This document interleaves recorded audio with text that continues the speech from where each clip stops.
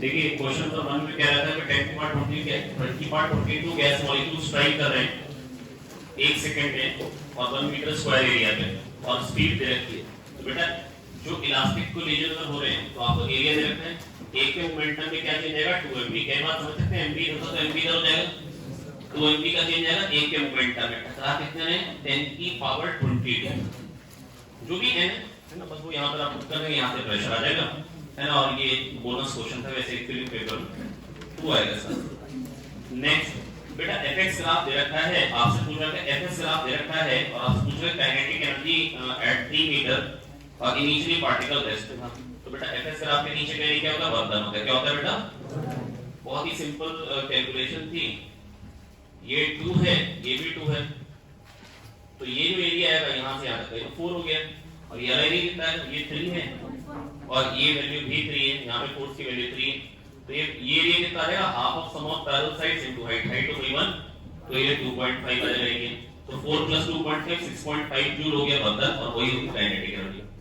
इसके बाद अगला क्वेश्चन था, इसमें कह रहे हैं कि एक अपराइट ऑब्जेक्ट है placed at a distance of 40 centimetre in front of convergent lens of focal length 20 centimetre. 20 centimetre focal length का एक लेंस है और उससे 40 सेंटीमीटर पे ऑब्जेक्ट पड़ा है, तो उसकी इमेज कहां बनेगी बेटा, 40 सेंटीमीटर पे कहां बनेगी, बिल्कुल सेम साइज की, बिल्कुल सेम साइज की। और कह रहे हैं कि a convergent mirror of focal length 10 centimetre is placed at a distance of 60 centimetre on the other side of the lens. ठीक है, कन्वर्जेंट मिरर पड़ा हुआ है इससे 60 सेंटीमीटर पे, तो इसका मतलब क्या हुआ कि अगर इससे 60 पे 40 पे तो इमेज बनी, 40 पे ऑब्जेक्ट था, क्योंकि 2f पे ऑब्जेक्ट था तो 2f पे ही इमेज बनेगी। अब ये इसके 2f पे तो फिर से इमेज कहां बन जाएगी बेटा, 2f पे ही बन जाएगी, और ये बन गई दूसरी इमेज। और ये जो इमेज है ये इसके लिए ऑब्जेक्ट है ना, और 2f पे है तो फिर से इमेज कहां बनेगी, 2f पे। तो फाइनल इमेज क्या होगी, सेम साइज की है ना, सेम जगह पे बट इन्वर्टेड। ये भी क्वेश्चन बोनस था। ठीक है, तो अगला क्वेश्चन इसमें पूछा है acceleration of centre of mass A B C D, 4 masses दे रखे हैं और चारों के एक्सेलरेशन आपको दे रखे हैं। इसका a इधर है, इसका a इधर है ना, सबके a एक्सेलरेशन है लेकिन डायरेक्शन बेटा अलग अलग है, डायरेक्शन अलग अलग है। और a का मास है m, b का है 2m है ना, c का है 3m और d का है 4m। तो बेटा एक्सेलरेशन ऑफ सेंटर ऑफ मास कैसे लिखा जाता है, m1 a1 + m2 a2 + m3 a3 + m4 a4 upon m1 + m2 + m3 + m4 m1 a1। और इसका एक्सेलरेशन क्या है, -ai कैप। समझ में आ गया नहीं आ गया। और इसका एक्सेलरेशन क्या देगा 2m * aj कैप। अरे कह दो समझ में आ गया यार। इसका क्या देगा 3m + +ai cap, 3m + +ai cap. अरे कह दो आ गया यार। और इसका एक्सेलरेशन क्या है 4m - aj कैप।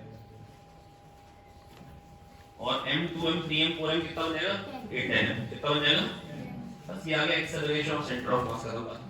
आप डायरेक्टली कह सकते थे कि ये कम है और इसका m का प्रोडक्ट ज्यादा है इसलिए +i कैप में आएगा, इसका m का प्रोडक्ट ज्यादा है इसलिए -j कैप में, i कैप -j कैप में होना चाहिए। खत्म बात, एक ही ऑप्शन था। नेक्स्ट अगले वाले क्वेश्चन पूछा रेट ऑफ कूलिंग का ग्राफ। तो बेटा कौन सी चीज ज्यादा जल्दी से ठंडी होगी, बेटा कह रहे हैं 2 बॉक्स है, सेम टेंपरेचर है, इनिशियल टेंपरेचर सेम है, एमिसिविटी बॉक्स की सेम है, अंदर जो चीज पड़ी हुई है उसके अंदर जो चीज पड़ी हुई है उसकी जो डेंसिटी है वो अलग और स्पेसिफिक हीट अलग है। तो बेटा जिसकी स्पेसिफिक हीट ज्यादा होती है उसको गर्म करने के लिए हीट ज्यादा चाहिए होती है और निकालने के लिए उसको ठंडा करने के लिए हीट ज्यादा निकालनी पड़ती है। करेक्ट है इनकरेक्ट है। तो बेटा यहाँ पर ये हमको कहा गया कि स्पेसिफिक हीट जो है वो बी वाले में ज्यादा है ना, डेंसिटी भी उसी की ज्यादा है। तो बेटा देखो जो हीट लॉस होना तो बराबर होना E सिग्मा A T की पावर 4 माइनस Ts की power 4 E sigma A T की पावर 4 माइनस Ts की power 4 E sigma A T की पावर 4 माइनस Ts की पावर 4। और अगला फार्मूला क्या होता था इसमें, V डिस्प्लेसमेंट और lambda mt constant, lambda mt कह दो आ गया समझ में, कोई दिक्कत की बात नहीं, कोई दिक्कत की बात, लैम्डा mt कांस्टेंट। ठीक है, तो यहां से हीट लॉस जो आएगा बेटा वो तो बराबर आएगा और उसको किसके बराबर करेंगे बेटा, 1 सेकंड में जो टेंपरेचर का ड्रॉप आता है उसको बोलते हैं रेट ऑफ कूलिंग। 1 सेकंड में जो टेंपरेचर का ड्रॉप आता है उसको क्या बोलते हैं प्यारे बच्चों, रेट ऑफ कूलिंग। मास कर दे वॉल्यूम इनटू डेंसिटी, ठीक है, into specific heat into -dT/dt होता है बेटा, क्योंकि ms डेल्टा t 1 सेकंड में इतना टेंपरेचर बेटा। और बेटा ये जो क्वांटिटी है ρ * s ये एक ही कम है, तो जब ये एक ही कम है हीट लॉस दोनों का बराबर, जिसकी ये क्वांटिटी कम होगी रेट ऑफ कूलिंग ज्यादा होगा। दैट इज a का जो ग्राफ आएगा वो नीचे आएगा और b का जो ग्राफ आएगा वो ऊपर है ना। और आपका तो इसी शेप का ग्राफ है ना, तो a का ग्राफ नीचे आने देता है ऑप्शन है। नेक्स्ट, इसके बाद बेटा अगला क्वेश्चन है, अगला क्वेश्चन बेटा डैम्प्ड ऑसिलेशन का क्वेश्चन है। लग तो रहा था ईएमआई का है, लेकिन है बेटा वो डैम्प्ड ऑसिलेशन का। डैम्प्ड ऑसिलेशन प्रदीप सर ने आपको बताया था kx + dv + ma = 0। बेटा अगर मान लो -kx फोर्स आ रहा है, अगर x को पॉजिटिव में लेके जाए -kx आ रहा है, और अगर वेलोसिटी v है और बेटा कोई वहां पर एक मान लो रेजिस्टिव फोर्स आ रहा है -bv, क्या आ रहा है बेटा -bv, क्या फोर्स आ रहा है -bv, तो बेटा नेट फोर्स क्या बन जाता है बेटा -bv, क्यों, क्योंकि वेलोसिटी के अपोजिट डायरेक्शन। अगर हम बाइक चला रहे हैं पॉजिटिव डायरेक्शन, तो हमसे जो फोर्स आएगा एयर के कारण वो नेगेटिव में आएगा, क्या तो आ गया है ना। तो बेटा मैं बस आपको इतना कह सकता हूं कि यहाँ पर जो क्वेश्चन है आपको बस ध्यान ये देना होता है प्यारे बच्चों, जो डैम्प्ड ऑसिलेशन का क्वेश्चन होता है उसमें ये ध्यान देना होता है जब x पॉजिटिव है, मान लो ये नेचुरल लेंथ थी, x पॉजिटिव तो फोर्स आएगा -kx, और अगर वेलोसिटी पॉजिटिव में तो फोर्स आएगा -bv, और ये टोटल फोर्स हो गया ma, और यहां से इक्वेशन बनती है kx + bv + ma = 0। और काम की बात क्या होती है, जो एम्पलीट्यूड होता है प्यारे बच्चों वो होता है a0 e की power -bt/2, a = a0 e की पावर -bt/2, तब बात ये होता है प्यारे बच्चों एम्पलीट्यूड, a = a0 e की पावर -bt/2। जब भी आया था जीवन में क्वेश्चन आया तब हमेशा और हमेशा डैम्प्ड ऑसिलेशन के इसी पे है, लेकिन इस साल डैम्प्ड ऑसिलेशन का एक भी क्वेश्चन नहीं आया है ना, मतलब आज के पेपर में भी नहीं है ना। तो a = a0 e की पावर -bt/2 ये एम्पलीट्यूड होता है, पर बेटा आपको मालूम होना चाहिए क्योंकि आपको खाली एक ही पेपर नहीं देना है ना।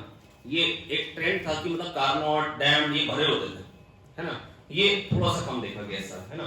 a = a0 e की पावर -bt/2m है ना, और ये यहां से बेटा मेरे को कहा गया है बताने कि एम्पलीट्यूड 1/t टाइम्स कब होगा, 2m/t टाइम पे 2m/, और ये भी नहीं कहा कि कितने टाइम पे होगा, कितने ऑसिलेशन के बाद, तो बेटा t टाइम में एक ऑसिलेशन होगा, t सेकंड में एक ऑसिलेशन, तो 1 सेकंड में 1/t, इतने टाइम में कितने ऑसिलेशन होंगे अपॉन t, क्या तो आ गया, नहीं समझे, तो 2m/v टाइम लगेगा 1/t होने में एम्पलीट्यूड, और कितने ऑसिलेशन होंगे अपॉन टाइम पीरियड। अच्छा b क्या है, वेलोसिटी के साथ में जो आएगा बेटा, अब वेलोसिटी के साथ में कौन सा फोर्स आएगा, BLV होता है EMF, BLV/R होता है BLV/R होता है करंट, ILV होता है फोर्स। तो बेटा जो V के साथ वाली जो चीज है वो है BLV है EMF, BLV/R है करंट, ILV है फोर्स। तो जो V के साथ की जो चीज है वो जो स्मॉल v जो है वो b²L²/r है, तो क्या बन जाएगा यहाँ पे 2mr/b² L², और टाइम पीरियड क्या होता है 2π√m/2π√, अरे हाँ ना तो बोलो यार, खत्म बात। अब इनकी वैल्यू बेटा आपको निकालनी है खुद करके, और मैं आपको याद दिलाता हूं बस की कैलकुलेशन काफी आसान थी, कैलकुलेशन कोई खास मुश्किल नहीं थी। अगला क्वेश्चन, अगले क्वेश्चन में एलआर सर्किट दे रखा है ना, ग्रोथ ऑफ करंट पे क्वेश्चन है, किस पे क्वेश्चन है, ग्रोथ ऑफ करंट पे, ग्रोथ ऑफ करंट पे क्वेश्चन है प्यारे बच्चों, और आपसे कह रखा है कि जिस रेट से हीट डिसिपेट हो रही है उसी रेट से एनर्जी इंक्रीज हो रही है इंडक्टर में, rate at which energy is being stored in inductor is equals to rate at which heat is being dissipated in resistor। तो बेटा अगर वो दोनों रेट बराबर हैं, ये बेटा मेरे पास एक इंडक्टर है, कितने रेट से एनर्जी बढ़ेगी, अगर V पोटेंशियल डिफरेंस है इसके क्रॉस तो V * I हमने इसको एनर्जी दी, और रेजिस्टर में क्या लॉस आ रहा है I²R, ये बराबर है, तो ये बराबर ये करें तो V = IR, मतलब पोटेंशियल ड्रॉप अक्रॉस रेजिस्टर और इंडक्टर बराबर है, और इंडक्टर के अक्रॉस पोटेंशियल ड्रॉप जो होता है बेटा सबसे पहले जो t = 0 पे वो इनफाइनाइट रेजिस्टेंस होता है, पूरा का पूरा पोटेंशियल ड्रॉप उसी के क्रॉस होता है, और इनफाइनाइट टाइम पे वो जीरो रेजिस्टेंस होता है, उसके क्रॉस पोटेंशियल ड्रॉप जीरो होता है, that is EMF, that is जो उसके क्रॉस जो पोटेंशियल ड्रॉप है वो घटता है, और जब जो चीज घटती है तो उसका फंक्शन क्या आता है, इनिशियल वैल्यू v e⁻t/2, कह दो आगे, और करंट में बढ़ना है, करंट में तो बढ़ना है, तो करंट क्या होता है E/R 1 e⁻t/2, यहां से टाइम निकालेंगे बहुत इजी, कह दो आगे। ये बहुत ही इंपॉर्टेंट क्वेश्चन एडवांस के पॉइंट ऑफ व्यू से। Next question number 8, question number 8 में कह रहे हैं parameter wire of length 2l is made by joining two wires A and B of same length but different radii R and 2 are same material है ना। अब कह रहे हैं कि joint is a node, तो नंबर ऑफ एंटी नोड्स का ratio A पे और B पे, मतलब नंबर ऑफ लूप्स का रेशियो कह सकते हो, number of joint of AB is a node, joint of AB is a, तो बेटा wire fixed at both and की कंडीशन होगी, कौन सी कंडीशन होगी, wire fixed at both and, ठीक है। तो अब बेटा मान लो इसमें n लूप्स आएंगे, इसमें m लूप्स आएंगे है ना, और बेटा दोनों को सेम ट्यूनिंग फॉर्क से ऑसिलेट किया जाता है, दोनों में फ्रीक्वेंसी तो बराबर है, दोनों में फ्रीक्वेंसी तो, और बेटा सीरीज में इसलिए टेंशन भी बराबर होगी, इसलिए टेंशन भी बराबर होगी है ना। अब बेटा V/2L होती है फंडामेंटल फ्रीक्वेंसी, √T/μ, म्यू क्या हो जाएगा ρ * A * 1, क्या ये बात सोच सकते हो या नहीं, वन लेंथ का जो मास होता है उसको हम बोलते हैं बेटा म्यू है ना, वन लेंथ की वॉल्यूम होगी a into 1 होगी वन लेंथ की वॉल्यूम, वॉल्यूम इनटू डेंसिटी से मास आ गया वन लेंथ का, है ना, under root t by mu, तो ये v बाय 2l ये आ गई फ्रीक्वेंसी फंडामेंटल, और अगर मान लो n लूप्स है तो into n is equals to, दूसरे मान लो m लूप्स हैं 2l तो उसके लिए भी सेम है under root t by mu, लेकिन उसके लिए म्यू के लिए डेंसिटी तो वही आएगी पर इसका रेडियस डबल है तो एरिया 4 टाइम हो जाएगा, 4a into 1, बस खत्म बात। यहां से आप n बाय m निकाल सकते हैं, माइनस रूट 2 आ जाए, क्या आ जाएगा, बाकी बेकार क्वेश्चन। नेक्स्ट, हाँ ये एडवांस के पॉइंट ऑफ व्यू से ये क्वेश्चन भी बहुत इंपॉर्टेंट क्वेश्चन। एडवांस में जो आपको क्वेश्चन मिलेंगे वेव से उसका लेवल भी यही है ना, मैं ऐसे नहीं कह रहा हूं उससे डिफिकल्ट नहीं होते, पर ऐसे लेवल के क्वेश्चन अनगिनत आए होते हैं। A steel wire having a radius of 2 mm carrying a load of 4 kg is hanging from a ceiling, बकवास है, टेंसाइल स्ट्रेस पूछिए, टेंशन हो गई 4g, एक 4g हो गई tension 40 under root t by mu से कर लेंगे, ठीक है, हो जाएगा। नेक्स्ट अगला कह रहे हैं voltage rating of a capacitor is 500 volt, इतनी मैक्सिमम वोल्टेज लगा सकते हैं और जो मैक्सिमम इलेक्ट्रिक फील्ड उसका डायरेक्ट्रिक झेल सकता है वो भी दे रखी है, तो कितनी मैक्सिमम वोल्टेज है वो भी पता है और कितनी मैक्सिमम इलेक्ट्रिक फील्ड है वो भी पता है, तो बेटा V = E × D मालूम है, वन चार्ज के एक पॉइंट से दूसरे पॉइंट तक ले जाने का बाद ये भी पता है ये भी पता है, तो क्या D पता लग गया। अब C होता है KA/0/D, एरिया क्वेश्चन में दे रखा था, C क्वेश्चन में दे रखा है, D आपने निकाल लिया, KA की अननोन है और एक अननोन तो होना ही चाहिए, क्या तो समझ में आ गया, ठीक है। अगला question, an alternating voltage is applied to a purely resistive load of 50 ohm, time taken for the current to rise from half to peak value, half से पीक वैल्यू जाने में समय, बेटा I = I0 sin omega t होता है, I = I0 sin, half से peak value जाना है, अरे कहीं से कहीं पर भी जाना है यार, हाफ से पीक वैल्यू जाना है, हाफ से मतलब I0/2 तो था ही, मतलब π/6 की वैल्यू, π/3 घूमने में टाइम क्या लगेगा, π/3 पाई घूमने में t/2, π/3 घूमने में t/6, t कैसे निकालेंगे बेटा, ये 100 पाई t होना चाहिए था, 100 पाई l लिखा होगा चांस, है ना, तो 100 पाई को आप लिख देंगे 2π/T, ओमेगा ओमेगा हो जाएगा 2π/T, वहां से t निकाल लेंगे और t/6 will be the answer. Next, carrier wave, ये बेटा आपको रखना है 1500 नैनोमीटर होती है, फॉर मिनिमम एटेन्यूएशन जो आप यूज करते हैं वो 1500 नैनोमीटर होती है ना। अगला question, water from a pipe is coming at a rate of 100 litre पर मिनट, अगर 100 लीटर पर मिनट आ रहा है तो क्या पर सेकंड में निकाल पाएंगे नहीं निकाल पाएंगे, बिल्कुल निकाल पाएंगे। रेडियस ऑफ पाइप दे रखा है तो क्या उसको एरिया इनटू वेलोसिटी करके वेलोसिटी निकाल पाएंगे। अगर आपको 100 लीटर पर मिनट दे रखा है तो पर सेकंड लिखा होगा अपॉन 60, क्या ये बात सोच सकते हो, अरे हां ना तो बोलो, ये पर सेकंड आ गया, अच्छा लीटर में तो मीटर क्यूब में करेगा इनटू, बेटा 1 मीटर क्यूब में कितने लीटर होते हैं 10 की पावर 3, बात मालूम है या नहीं मालूम है, तो इतने मीटर क्यूब हो गया। अब इसको कर दो एरिया इनटू वेलोसिटी के बराबर, पाई इनटू 0.05 स्क्वायर इनटू v, क्या यहां से वेलोसिटी निकाल पाएंगे, बिल्कुल आराम से। अब वेलोसिटी अगर आपके पास आ गई तो पूछा क्या है Reynolds number for the flow is of the order of, बेटा रेनॉल्ड्स नंबर होता है rho v d by eta, Reynolds number क्या होता है rho v d by eta, Reynolds number होता है rho v d by eta, खाली v एक अननोन था, डेंसिटी आपको मालूम थी, d आपको मालूम है और eta वो भी आपको दे रखा है, कोएफिशिएंट ऑफ विस्कोसिटी भी रहती पर मिली पास्कल सेकंड में रहती, मिली के लिए आपको 10 की पावर -3 लेना पड़ जाएगा। चलो आगे समझ में आया, क्या मेरे को सॉल्व करने की जरूरत है, पूरा एंड तक आंसर निकालने की जरूरत है क्या मेरे को, डी डायमीटर ऑफ पाइप, ठीक है। अगला है एक लड़के की गुलेल है, उसकी कॉर्ड की नेचुरल लेंथ दे रखी है और कह रहे एरिया में कोई चेंज नहीं आ रहा, उस कॉर्ड में इलॉन्गेशन दे रखा है और फाइनली उसने उसमें पत्थर फंसाया, पत्थर का मास दे रखा और पत्थर को उसने खींच के छोड़ दिया, तो पत्थर की जो वेलोसिटी आ रही है वो भी आपको गिवन है। तो बेटा ये पक्की बात है, जो पोटेंशियल एनर्जी रही होगी वही तो काइनेटिक एनर्जी में कन्वर्ट हुई होगी, जो पोटेंशियल एनर्जी रही होगी वही तो काइनेटिक एनर्जी में कन्वर्ट हुई होगी, और पोटेंशियल एनर्जी कितनी होती है बेटा हाफ kx² और k क्या होता है y/l, k क्या होता है हाफ y/x² बराबर ये जो पोटेंशियल एनर्जी थी वही काइनेटिक एनर्जी में आ गई। मास गिवन है, v गिवन है और एरिया गिवन है, लेंथ भी गिवन है आपको कॉर्ड की, इलॉन्गेशन भी गिवन है, खाली एक ही अननोन है यंग्स मॉडुलस और वही निकालना है। चलो आगे समझ में आ, मैंने आपको बताया था 15th क्वेश्चन जो है बेटा ये बहुत सारे अलग-अलग तरीकों से पूछा हुआ क्वेश्चन है। कभी आपको कह देते हैं दो पार्टिकल्स आ रहे हैं जिनके मास बराबर हैं और d ब्रोगली वेवलेंथ λ1 λ2 है ना, और सेम डायरेक्शन में चल रहे थे, टकराने के बाद बताओ d ब्रोगली वेवलेंथ क्या हो जाएगी, कंबाइंड मास की परफेक्टली इनइलास्टिक कोलिजन हुआ है ना। तो अगर ये चल रहा है इसकी d ब्रोगली वेवलेंथ λ1 है, दूसरा चल रहा है इसकी d ब्रोगली वेवलेंथ λ2 है, ये दोनों इकट्ठे चलने पर d ब्रोगली वेवलेंथ λ हो गया, बेटा initial momentum h by lambda 1, h by इसका initial momentum h by lambda 2, उसका क्या है h बाय लैम्डा। अरे हाँ ना बोलो इकट्ठे। बेटा लैम्डा होता है h बाय mv, तो मोमेंटम हो जाएगा h बाय लैम्डा। कह दो आगे समझ में आ। तो 1 by lambda equal to 1 by lambda 1 plus 1 by lambda 2। अगर मान लो ऐसी कंडीशन होती, एक इधर को जा रहा था लैम्डा 1 डी ब्रोगली वेवलेंथ थी और एक की लैम्डा 2 थी। अच्छा तो जब ये टकराए चिपक गए तो चलेगा किधर, लेफ्ट में या राइट में? डिपेंड करेगा लैम्डा 1 लैम्डा 2 पे। कैसे?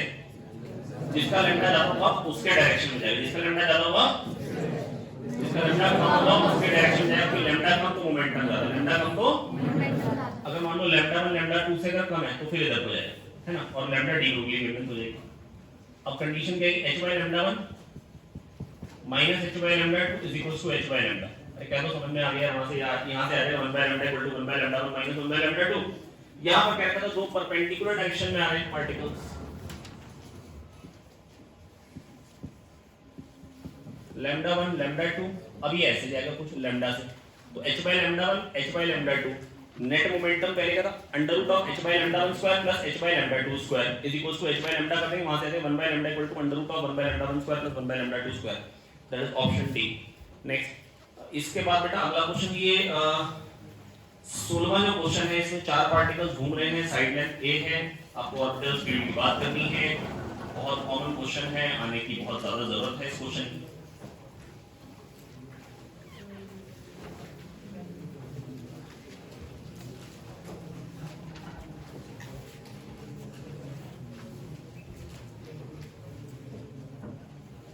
बेटा अगर आप बहुत ध्यान से देखेंगे बेटा, ग्रेविटेशन में क्वेश्चन आए क्या है बेटा, या तो ऑर्बिटल वेलोसिटी पे आ रहा है या एस्केप वेलोसिटी पे आ रहा है। मतलब जो क्वेश्चन है आप बहुत ध्यान से अगर गिनिए क्या क्वेश्चन आए। या तो बेटा ये क्वेश्चन आया था कि h हाइट पे और h डेप्थ पे gravitation acceleration due to gravity same है, तो बेटा बताइए कि वो h हाइट कितनी है, वो h हाइट कितनी है, तो ये क्वेश्चन आया था। अच्छा पहले ऐसे करते शुरू करते हैं, ऑर्बिटल स्पीड पे, ऑर्बिटल स्पीड के लिए करना है जो भी फोर्स टुवर्ड सेंटर होता है उसको किसके बराबर करना है, v स्क्वायर बराबर है। बोलो आ जाए। अब बेटा अगर a साइड लेंथ का स्क्वायर बना हुआ है अगर इन चार मासेस से, तो a का क्या हो जाएगा, ये a√2, तो रेडियस क्या हो जाएगा a√2 का भी हाफ दैट इज a/√2। कई बात सोच सकते हो, तो gmm by a स्क्वायर √2, कई बात समझ में आ गई, gmm by a square √2 plus gmm by 2a का स्क्वायर, है ना। ये टोटल फोर्स हो गया सेंटर की तरफ को, बराबर क्या कर देंगे mv स्क्वायर और r क्या देगा a/√2। क्या तो समझ में आ गया, एक ही अनुना भी बड़े आराम से निकल जाएगा। अरे हाँ ना बोलो यार, जो भी सेंटर की तरफ को फोर्स है उसको mv स्क्वायर और r के बराबर कर दिया, है ना। बेटा कल जो हमने क्वेश्चन किया था वो क्या था, उसमें कह रहे थे कि भाई कितनी वेलोसिटी हो ताकि 10r मैक्सिमम हाइट आ जाए, ताकि कहां तक जाए 10r तक जाए।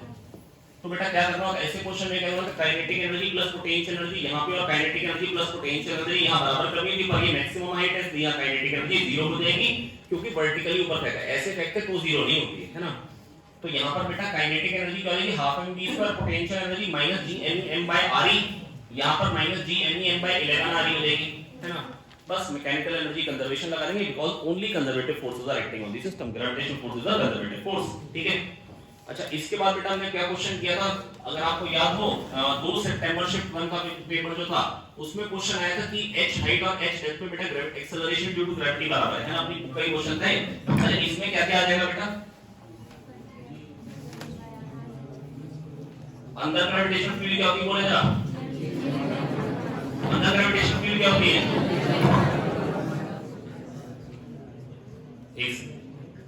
अंदर होती है gmx by r3, सेंटर से x डिस्टेंस पे होती है gmx by r3, लेकिन x क्या होता है r minus h, तो gm r minus h by r3, हाँ ना बोले। और h हाइट पे क्या होती है बेटा, बाहर तो पॉइंट मास कितना है, gm upon r plus h का होल स्क्वायर। चलो आगे समझ में आ रहा है ना।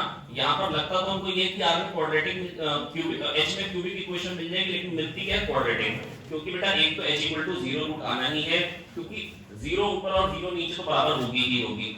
तो बड़े आराम से बेटा जो क्यूबिक इक्वेशन है उसमें h हट जाएगा और बड़े आराम से आप h की वैल्यू निकाल पाएंगे। तो ऊपर क्या होती है gme upon re plus h का whole square, gme upon re plus h का whole square, gme upon re plus h का whole square, gmx by r3, x क्या होता है r minus h, x क्या होता है r minus। बाय चांस इस चीज पे क्वेश्चन इस साल तो नहीं मिला है आपको, मतलब फरवरी अटेम्प्ट में तो नहीं मिला हमको इसमें क्वेश्चन, लेकिन बेटा मतलब पुराने जमाने में ना ये क्वेश्चन भी आया करते थे कि percentage change in acceleration due to gravity at height H, जब हाइट एच की बहुत छोटी जैसे 2 किलोमीटर 4 किलोमीटर 5 किलोमीटर, कि आपको h को छोटा मानना होगा। इस बार बाई चांस अप्रोक्सीमेशन वाली चीज को क्वेश्चन नहीं मिला है, लेकिन अगले अटेम्प्ट पे नहीं आएगा, मैं ऐसे कह नहीं सकता हूं। बेटा अप्रोक्सीमेट में क्या रिजल्ट आया था, gm/r+h का होल स्क्वायर में आपने क्या किया था, r से मल्टीप्लाई डिवाइड किया था, फिर r को बाहर लिख दिया, gm/r² हो गया सरफेस पे, फिर 1+h/r की पावर -2 को लिख दिया 1 - 2h/r। तो gh = g 1 - 2h/r, ये अप्रोक्सीमेट रिजल्ट था। यूज कब करना था, जब h r से बहुत छोटा हो, h r से नहीं तो gm/r+h का होल स्क्वायर, नहीं तो gm/r+h का होल स्क्वायर। अच्छा एस्केप स्पीड, वो भी हमको कुछ ऐसा क्वेश्चन आपकी नहीं मिला है कि जैसे दो स्टार्स दे रखे हो, उनके बीचों बीच एक मास हो, इसको वेलोसिटी एस्केप वेलोसिटी कितनी दे, ताकि ये कितनी वेलोसिटी दे ताकि ये इनकी ग्रेविटेशनल फील्ड से एस्केप कर जाए। तो अगर इनके बीच का डिस्टेंस d है तो बेटा इसकी पोटेंशियल एनर्जी क्या रहेगी, -gmem/d/2, -gmem/d/2 इसके साथ इनटू 2, ये टोटल पोटेंशियल एनर्जी हो गई 12 mve²। अब जब ये इंफिनिटी पे पहुंच जाए काइनेटिक पोटेंशियल दोनों जीरो, यहां से बड़े आराम से आप ve निकाल सकते हैं। कह दो आगे समझ में आ, कोई बड़ी बातें नहीं, कोई बड़ी बातें नहीं है ना। ऐसे क्वेश्चन इस बार नहीं मिले कि डबल स्टार सिस्टम के बीचों बीच एक पार्टिकल है जो फंसा हुआ है और फाइनली इसको एस्केप कराना है ना। तो ये होता है। और ग्रेविटेशन में बेटा अपने को क्या क्वेश्चन मिले, कोई याद दिलाएगा एक आध जना, और क्या मिले क्वेश्चन, टनल वाली प्रॉब्लम मिली थी है ना, कि टाइम पीरियड कैसे निकाले, वो एसएचएम का क्वेश्चन बना दिया था ना, ये कल वाले पेपर में आया था, लकी मेरे को लगता है सबको याद ही होगा। जो सेंटर से किसी भी डिस्टेंस पे टनल होती है, सेंटर से किसी भी डिस्टेंस पे टनल होती है, टाइम पीरियड जो आता है बेटा वो सेम आता है। अगर a डिस्टेंस पे टनल है, अगर मान लो ये r है, तो gmr/r3 ये होती है acceleration due to gravity at distance small r from the centre. और इसका कौन सा कंपोनेंट काम होगा, cos थीटा। क्या बात याद आ रही है, इनटू m, ये एक्सेलरेशन mg हो गया फोर्स, mg हो गया फोर्स f cos थीटा, और r cos थीटा को प्यारे बच्चों में क्या कह दिया था, x। क्या कह दिया था, restoring force proportional to x, restoring force m²x, omega निकालो 2π/t के बराबर कर डालो, दैट इज जो टाइम पीरियड आएगा इस कॉर्ड के लिए, इस कॉर्ड के लिए, इस कॉर्ड के लिए और डायमीटर वाली कॉर्ड के लिए, सबके लिए बराबर आने वाला है, because time period is independent of कितनी दूरी पे आपने कॉर्ड टिक करी है। ठीक है, और कोई क्वेश्चन जो अपने को याद आ रहा हो, कुछ खास और कुछ याद आ नहीं है ना। ठीक है, इसमें तो देख ही लिया हमने क्वेश्चन। अच्छा वो एक डबल स्टार सिस्टम का है, 2m और m मास था, सेंटर ऑफ मास के वो ढूंढते हैं बेटा, एक्चुअली वो एडवांस में आने वाली चीज।